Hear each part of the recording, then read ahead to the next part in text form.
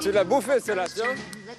Décapante, impertinente, voire insolente, une bonne partie de la BD du XXIe siècle est devenue une référence en termes de liberté éditoriale.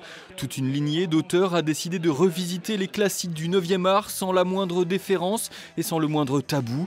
L'exemple le plus marquant est sans aucun doute le Pinocchio de Wunschluss, qui a obtenu le prix du meilleur album à Angoulême en 2009. Moi, j'espère que la fin du monde aura lieu de mon vivant, comme ça je serai aussi spectateur. Voilà, non, c'est juste un constat. Voilà, c'est un peu, je regarde le monde et les bras m'en tombent devant tant de cruauté, d'absurdité, c'est tout. De vrais punks, ces auteurs de BD, irrévérencieux et surtout bourrés de talent. Le pire, c'est qu'on les récompense et que les lecteurs et les journalistes en redemandent. Ça sent le fennec ici, hein. Il y a des journalistes. Les journalistes, c'est une race qui se lave pas, je sais pas pourquoi. Look at me. You can dance as well. Yes! Lewis Trondheim, Grand Prix de la ville d'Angoulême en 2006, c'est donc danser. Quelle classe, décidément. Car les auteurs de BD deviennent de véritables touche-à-tout. Le festival d'Angoulême l'a bien compris. Et l'année de la présidence de ZEP, le public peut assister au premier concert de dessin. C'est contre nature, hein. Tout le monde dessine d'habitude dans son atelier, bien tranquille. Là, tout d'un coup, on est devant tout le monde. En plus, il y a pas mal d'impératifs techniques. Il ne faut pas faire bouger la table, il ne faut pas faire bouger sa feuille. Donc, il y a beaucoup de choses à penser. C'est la première, mais je pense que voilà, il faut qu'on gagne en fluidité.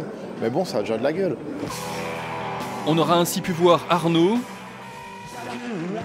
ou encore John Spencer s'acoquiner avec des dessinateurs sur la scène du théâtre d'Angoulême. Le festival n'oublie pas pour autant son jeune public avec des classiques comme les Schtroumpfs ou des personnages plus récents comme Lou ou Titeuf.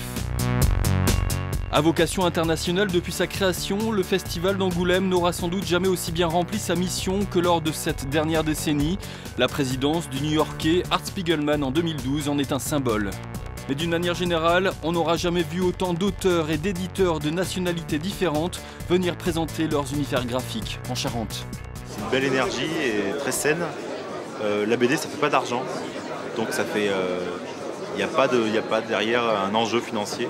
Il n'y a qu'un enjeu artistique et de regarder le monde avec un nouvel œil, une nouvelle imagination.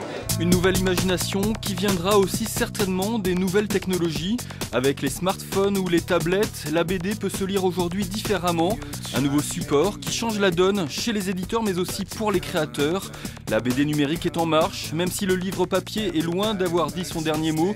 Une chose reste certaine, la bande dessinée, elle, n'a pas fini de séduire de nouveaux lecteurs.